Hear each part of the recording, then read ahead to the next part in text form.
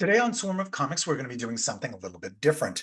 We are going to be talking about the upcoming debut novel of my brother Bronze Age Bill, William F. Carter. That's what it's going to say on the cover of the book. And the book is called Fire and Wrath. So stick around. We're going to talk a little bit about the origin of this, how we end up getting the novel published, and a little bit about it. So this is kind of like a little preview, quick video. So it's coming out soon.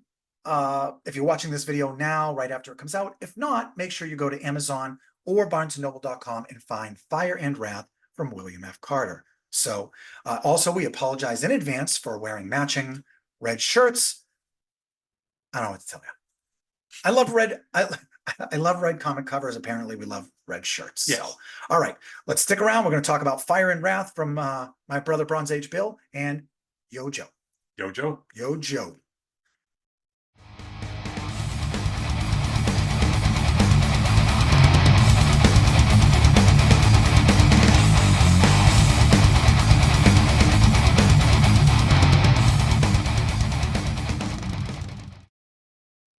Hello and welcome to Swarm of Comics. I am Randy, your handsome and humble host. And I am Bronze Age Bill, your featured guest. Stop having a deeper voice than me. Okay. Sounds too professional radio. Okay. Featured guest and future author. And that's what this video is about today. The thumbnail probably already gave it away, but Bronze Age Bill here, or William F. Carter, as it's going to say on the book cover of his soft cover. Yeah, paperback. Paperback. Yep. Paperback writer. Mm-hmm. It's a Beatles thing. He's signed to a publishing company and worked with an agent to get signed and to get this book into good shape. And we're going to talk a little bit about it, what the book is about, how the process of he got there, and other fun stuff like that. So why don't you tell us, name of the book is? Fire and Wrath. Fire and Wrath. Yep. Okay. It's a suspense thriller. Suspense thriller. So that's the genre, suspense thriller. Yeah. So if you're here for like romance novels or like Harry Potter, sexy fan fiction, this is not the place for you. We're here for gritty noir crime suspense thrillers. Or am I not allowed to say crime? You can, yeah. So that's the genre. So what is it now? So it takes place in Plymouth County, Massachusetts. No pilgrims though. No pilgrims. No. Don't visit the plantation. Okay. Believe it or not.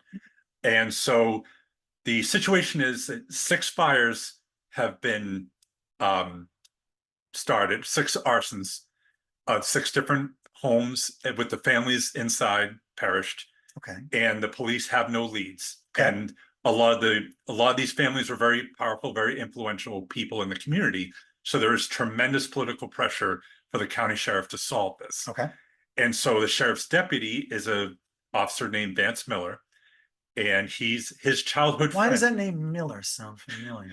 Because Frank Miller is one of my biggest influences. So I decided a little homage. So Vance Miller is going to start thinking outside the box. Yes.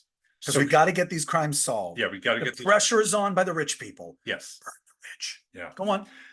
And so he has been following his childhood friend, Jack Coyle, who is the narrator of the story. Okay. And the main character. So it does come from a first person perspective.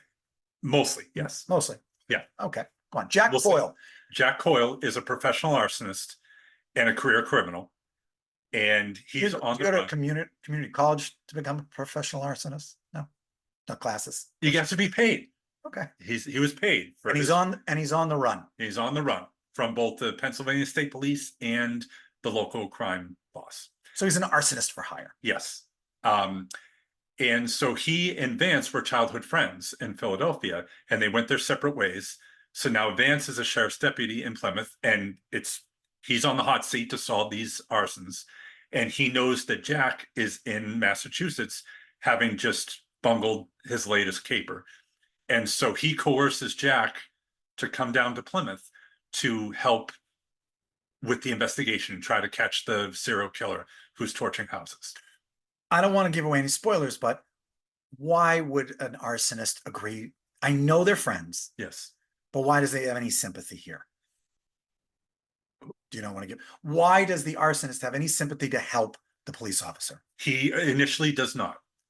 Oh, see, all right. And I don't want to say anything else. All right. So, professional arsonist, childhood friend who's a police officer, kind of on two separate sides of the track, Yeah. and they got to work together to solve this crime. Yes. So it's like a gritty suspense Yeah. thriller. Yeah, there's some procedural aspects. There's a lot of investigation. I did a ton of research into arson and arson investigation to try to have my facts straight and make it both believable. He lit a number of his neighbors' houses on fire just to test. Yes. Not invited to the neighborhood cookout. No, I'm not Block allowed party. near a not grill. allowed near the block party. No, or a fireplace. And so I did my research and I tried to incorporate that as much as possible without getting too bogged down. Like there's like no Tom Clancy chapters and chapters of technical details. I try to interweave it and make it entertaining and make it intriguing. And speaking of Clancy, give me a couple of authors that you feel like would be similar writing styles or similar genre. I would say Dennis Lehane of Mystic River, Gone Baby Gone. And then what is the detective series that that's Patrick Kenzie. Yeah, there are 6 of those and they're all brilliant. Yeah. Huge influence. I discovered them in the 2000s. Oh, Gone Baby Gone based on one of those. That was novels. the 4th one. So Dennis Lehane, yep, hometown hero here for us in New England. Yep. Dennis Lehane, Lee Child, who Reacher does the Reacher books. Jack also Reacher. Fast paced. I learned a lot about pacing by reading the Reacher books. Okay. He keeps the pages turning, always a compelling story and a compelling narrator. So I definitely learned from reading him. Okay. And I would say some classic elements of like Richard Stark, who did the Hunter books.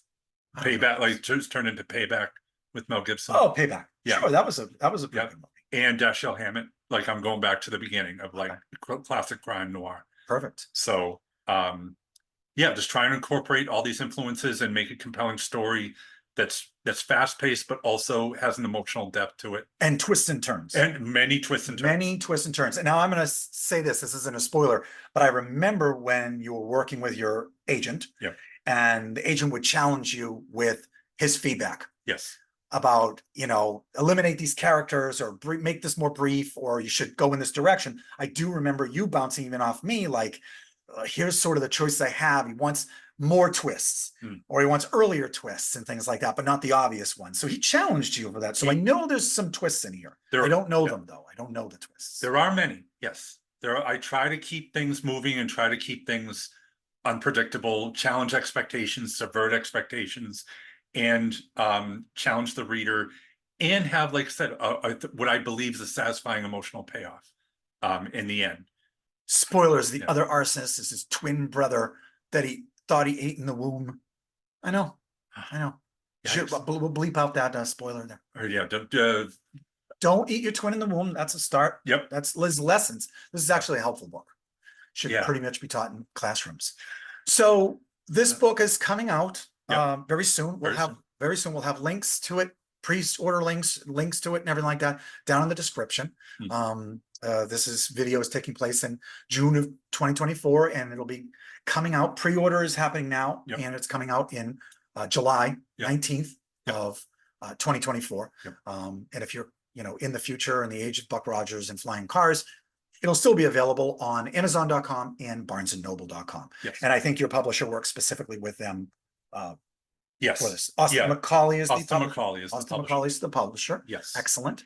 It's actually on sale in Australia and Japan too. And they're going to they're different sites. Booktopia.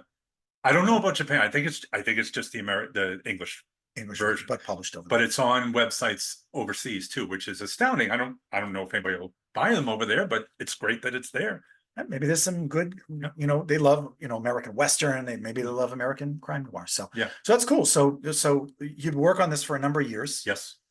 Working with that agent very closely, got signed to Austin McCauley and you're getting published. Yes. And I'm going to say this, not to get all emotional and stuff, but as a big brother, I couldn't even fathom. You can't even fathom how proud I am of you. And I'm so happy for you. I know the response so far. I know that it's been amazing. I know that you've even gotten already an advanced review. That was amazing. Yep. Yes. That was a relief and a joy. Yeah. Yeah. And sorry if I stole the thunder and you were going to say that, but that's fine. But I think that it's just so fantastic. You're going to be doing in-store book signings where you can. Yep. Again, it's hard to make these videos and put dates and times because you might be watching this in future, but 2024, July 13th Yep. is your first book Signing. in-store book signing at Yep. Barnes & Noble in Hingham, Massachusetts. Yes. So if you're from that area and you're around that day, bring the kids to buy some gritty arson books. They'll love it. Yeah. Is it a pop-up book? Is there any pictures in it? There are no pictures. Is there a comic version of this coming in the future?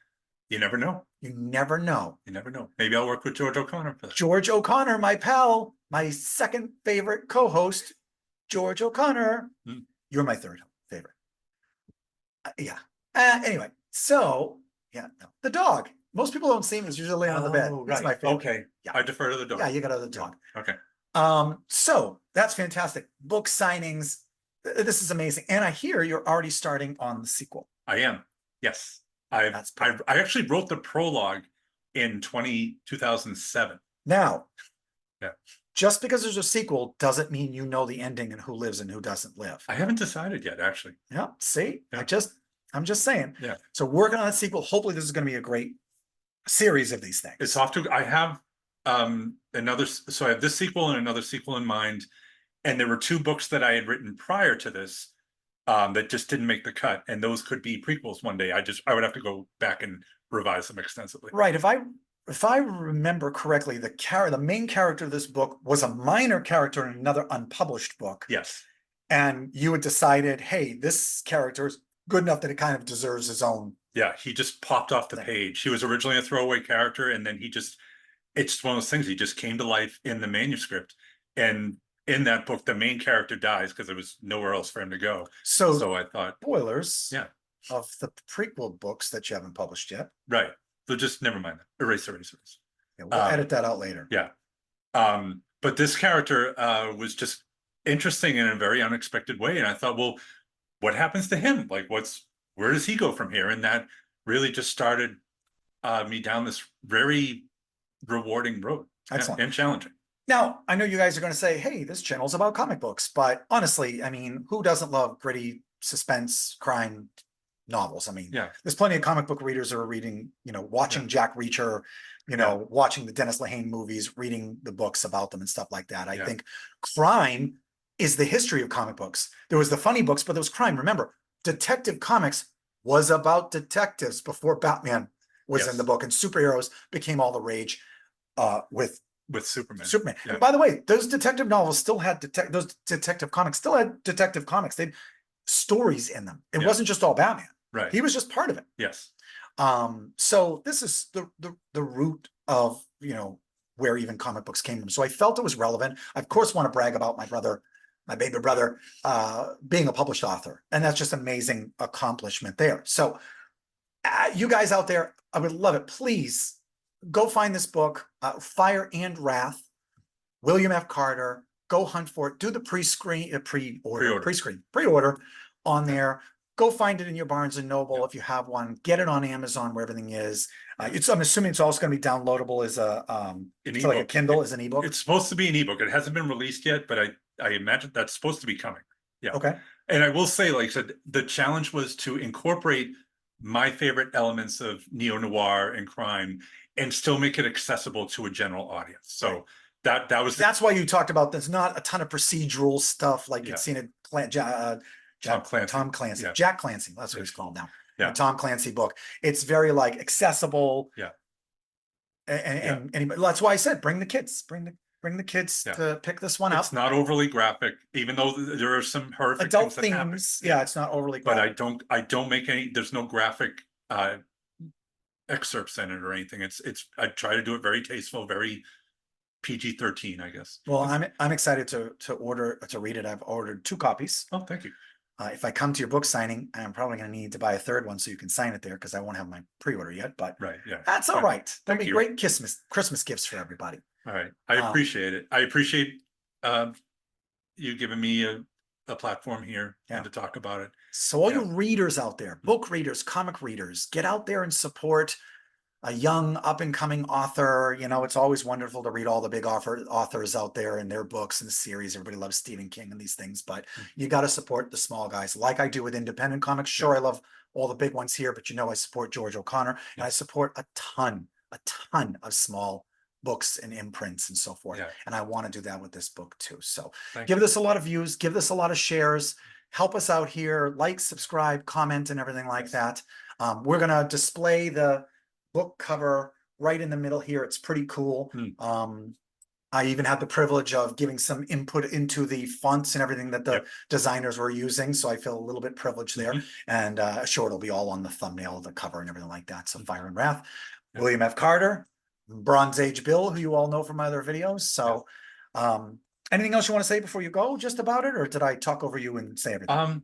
No, that's the gist of it. I just wanted to say, take the time to say I thank you to friends, family, coworkers, fans. Like, the outpouring of support and encouragement has been phenomenal. I don't know if I'm worthy of it, but I will take it and just try to appreciate it as much as possible. This has been a dream come true, and it's been an amazing experience so far. So I'm just deeply grateful for all of this. Yeah, I love Thank that. you. And I'm glad this has happened for you, buddy. So Thank I you. love you, pal. Thank you. Love you too. Thanks for joining us on Swarmer Comics. I'm Randy, I'm Bronze Age Bill. and we'll see you at the movies. Wait, no, that's somebody else's thing. Yeah. I don't know what that is. It doesn't matter. I never had how to end these things. Maybe we'll just